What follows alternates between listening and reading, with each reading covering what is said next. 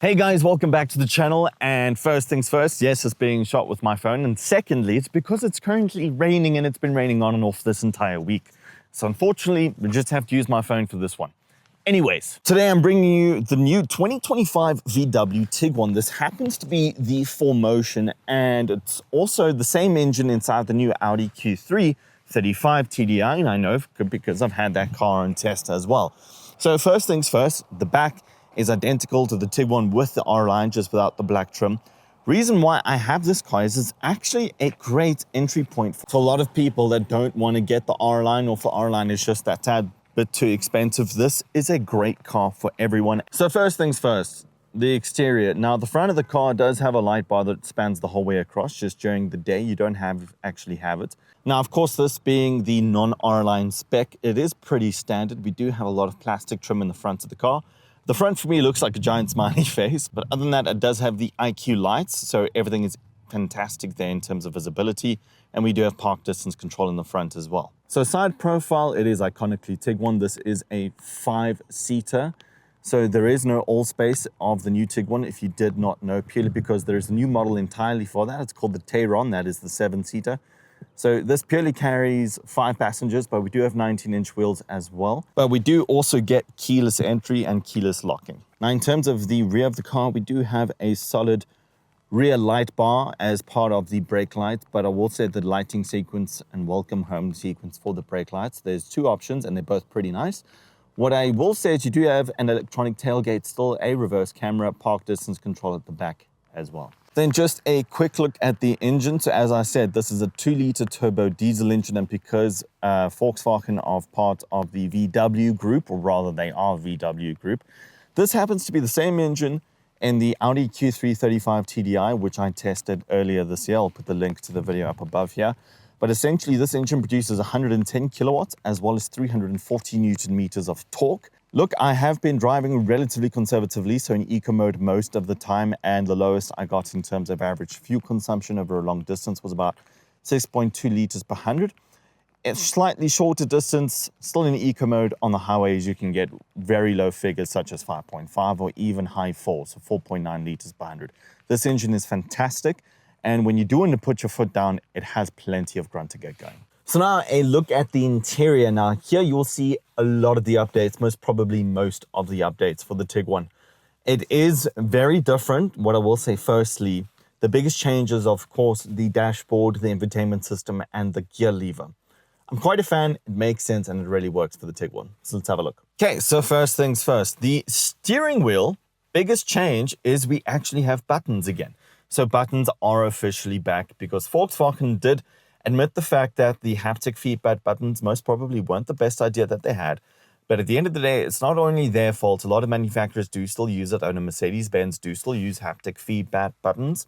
So the fact that they've gone back to traditional buttons, bravo. Thank you so much for that. Then down here, we of course do have our start-stop engine button. So let me just turn the car on for you. So now this is easily one of the biggest changes is the infotainment screen. Now, one thing I will say, the moment I saw this, I was worried because my immediate thoughts is that Volkswagen have fallen down the same route as a lot of the Chinese manufacturers, but they haven't.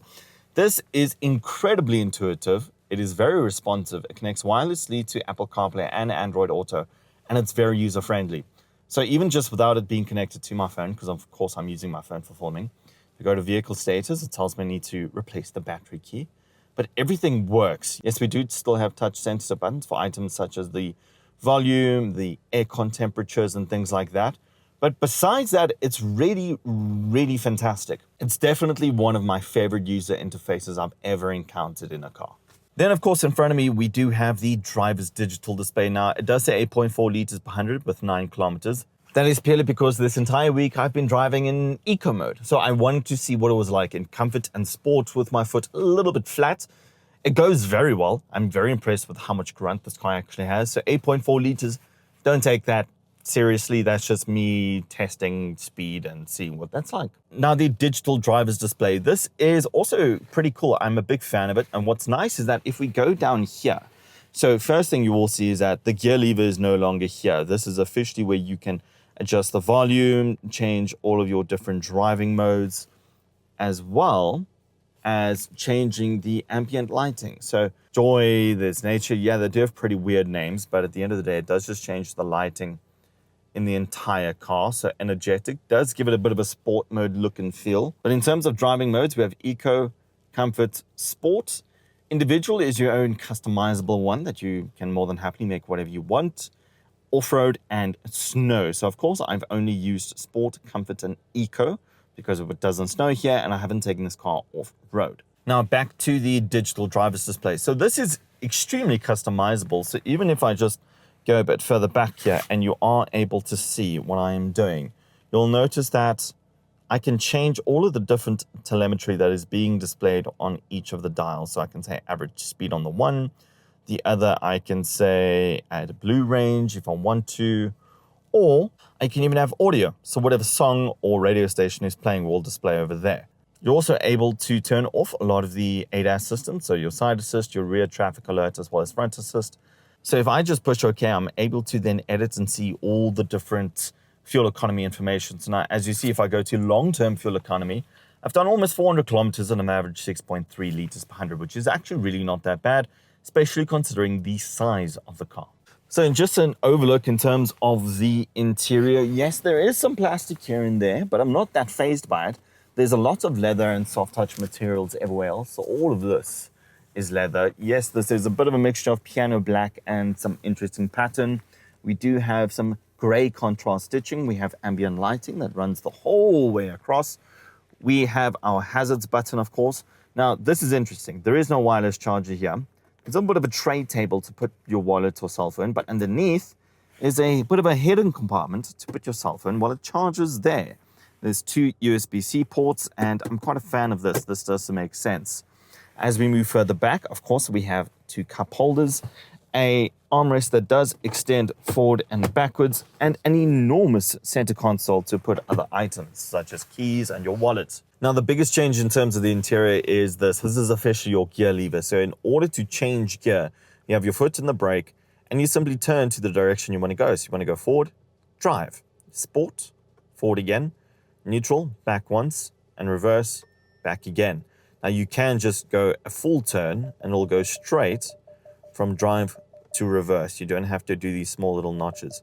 Then to park the car, you simply push the button on the side. Now, in terms of sound, this doesn't have a Harman Kardon sound system, but it's actually really good. It's still pretty commendable. Yeah, you can tell it's a little bit short on volume at the high end, but it's more than good enough. It really is very impressive. And in terms of seats, now, of course, in the base spec, we don't have full leather seats. There is leather on the side, but then the center of the seats does consist of cloth. They're not heated or ventilated, but they're very comfortable. In terms of the driver's seat, we do have lumbar support, but none of them are electric. As I said, this is base spec, entry-level, Tiguan 2.0 diesel 4Motion. And of course, we do have an enormous panoramic sunroof, so this bit does open. But yeah, this is quite a big thing for us here in South Africa, because if you do know, in South Africa, a lot of people love sunroofs. It just adds a completely different atmosphere to the vehicle, and it becomes a bit of a party machine. So that is also why the Polo GTI and Golf GTIs do so well here, because it's fast, it sounds great, you have a fantastic sound system, and the roof opens. It's literally a party on wheels. Now, in terms of the rear of the Tiguan, of course, we do have our central standard armrest here. It does actually double up with some cup holders. I've never seen a tray table like this, but this is pretty neat. Quite cool. You can, of course, put a tablet here or a book. I think a tablet would be much easier, or a cell phone, so that your passengers can watch something together. But other than that, we do have, of course, air vents at the bottom here.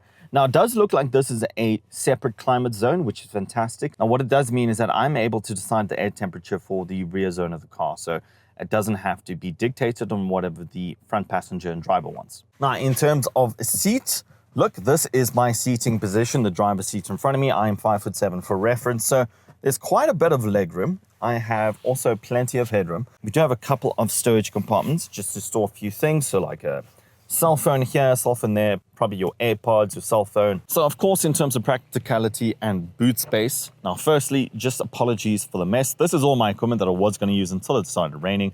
But anyways, The boot capacity for the Tiguan is 660 liters of boot space. Now, if you do put the rear seats down, it does extend to 1,650 liters. So basically a ton of space. You're not gonna really need a lot more than that. If you do, you might need a trailer, but yeah, it is quite a lot of space. So just a closer look, if you pull these levers back, the rear seats will of course recline down.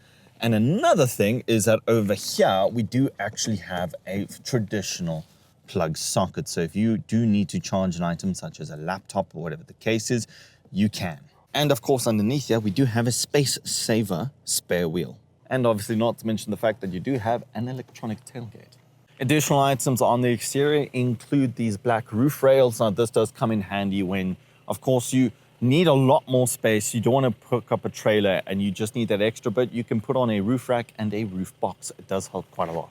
Now, of course, you will notice that this is the 4Motion. So the way the 4Motion four-wheel drive system does operate is that the car is pretty much in front-wheel drive 99.9% of the time. It has wheel sensors that will determine whether, of course, the front-wheel traction has been compromised. Then the rear-wheel drive will engage as well, giving you the all-wheel drive. So essentially, when you are going to be off-road and it does detect that you're just really losing quite a bit of traction, four-wheel drive system kicks in. Same as in wet weather conditions and snowy conditions. So that kind of makes sense. It does help a lot with fuel consumption because if this was a permanent four-wheel drive system, your fuel consumption would be atrocious. So driving impressions of the 2-liter TDI 4Motion Tiguan, it's solid. It's incredibly solid. It's also very comfortable. And I think the comfort does get attributed to the fact that we do have 19-inch wheels with fat sidewall tires. So obviously the R-Line pack will definitely look better by a country mile. However, I can suspect that the ride quality in that might be a little bit less comfortable, probably about like 10 or 15%. It won't be astronomically undrivable. I'm a big fan of diesel engines, if you didn't know, and especially the 2-liter diesel. So when I drove the Audi Q3 35 TDI, which has the same engine as this, I was blown away. It really, really was. So the fact that this has the same engine, I first impressions thought that, is it a little bit underpowered considering the size of the car? Should they not have put in the 40 TDI engine?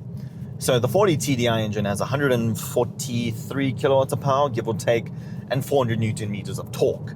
So that was my initial impression. But after driving it, no, the 35 is more than good enough. It really, really is. And the beauty about the 35 being used is that because it's used in the Q3 as well, it's extremely tried and tested. It is rock solid, it's very reliable, and they've already ironed out all of the kinks and the bugs with it. In terms of steering input, yeah, it's as you expect it to be. It feels pretty hydraulic to me. And the beauty with it is that, so in terms of steering input, yeah, it's very good. It's incredibly good, as you can see. Very, I wouldn't say too sensitive, but it's pretty accurate. Actually, it's spot on accurate. In terms of braking, yeah, it's nice. It's not going to give you whiplash. It's not too sharp and it's not too laid back, if that makes sense.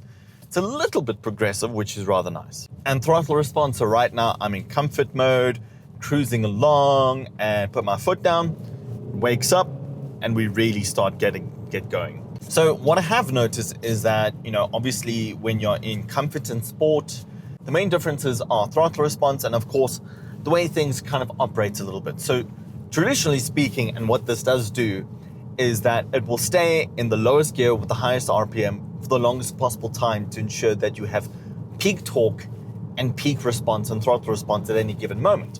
So that is the way sport mode operates, and it's the exact way it operates here. But if you don't need it, you can drive happily in comfort mode. But what I find more often than not, if you're really not bothered and you just want to cruise along and have a very relaxed drive, just drive in eco mode. Eco mode in this car is really great because besides the fact that obviously you're going to save some fuel, you're not going to save a little bit of fuel. You're going to save a ton of fuel. So essentially what it does is that the moment you take your foot off the accelerator and you start coasting, the engine actually shuts down. It just turns off. And there is a separate system to keep everything else running. So when you do lift and coast, you genuinely save fuel. It's not a small conversation of maybe, you are saving fuel.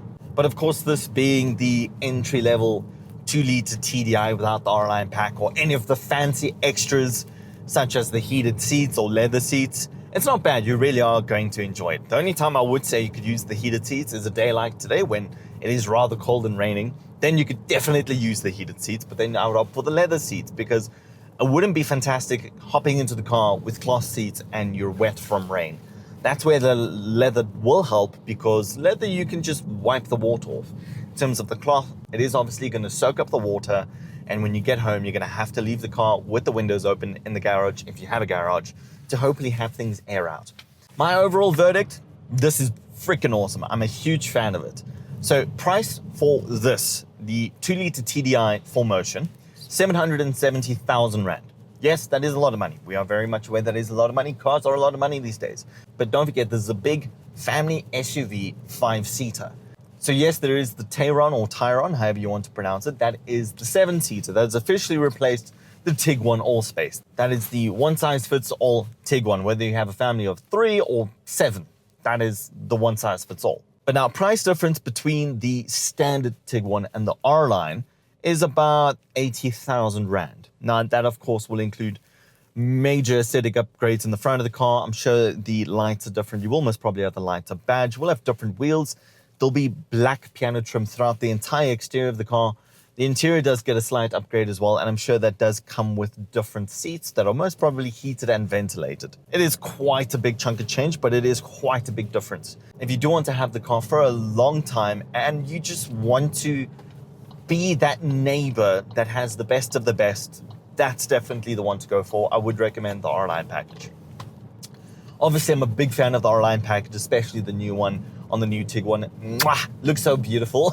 It's a fantastic option for a German SUV, of course, because we are batting in the realm of Mercedes-Benz and Volkswagen, and yes, even Opel, even though Opel is a Stellantis-owned company, it is still German somewhat. So what I will say is that the Tiguan, especially R-Line pack, fantastic option to go forward, really looks the part. You're going to love it. But if you don't want R-Line pack, standard entry-level 2-liter TDI 4Motion is brilliant. Look, if you are going to get a Tiguan, just please get the 2-liter TDI. There is the 1.4 TSI. I'm sure it is great, but your fuel consumption is going to be compromised a little bit because it is a big car. Yes, the 1.4-liter TSI does produce 110 kilowatts. I am aware, but only 250 Newton meters of torque. That's the catch. Get the 2-liter TDI, you'll be much happier. So my overall verdict, definitely look at it. If you're on a budget of 800,000 Rand or 770, entry-level TDI, more than enough. If you do have some money to splurge, hell, spend the 850, get the R-Line. Definitely worth it. Definitely worth a look. But another thing I'll always say and I'll always vouch for is go for a test drive. 100% of the time, test drives speak 1,000 words. Go for a test drive. But guys, if you did get this far in the video, I do just want to say thank you for watching. I really do appreciate it. Firstly, sorry that this isn't as cinematic as my videos usually are. Unfortunately, the weather did not permit today. But what I will say is thank you very much for watching. I do appreciate it. If you could do me a solid, hit the like button and hit the subscribe button below. It makes a massive difference to me and the channel. And it opens up a lot of doors and opportunities in terms of content and new and exclusive previews in terms of cars in the country and the world. And I genuinely mean that. So thank you so much. But until next time, guys, drive safe, stay safe, and I'll see you soon.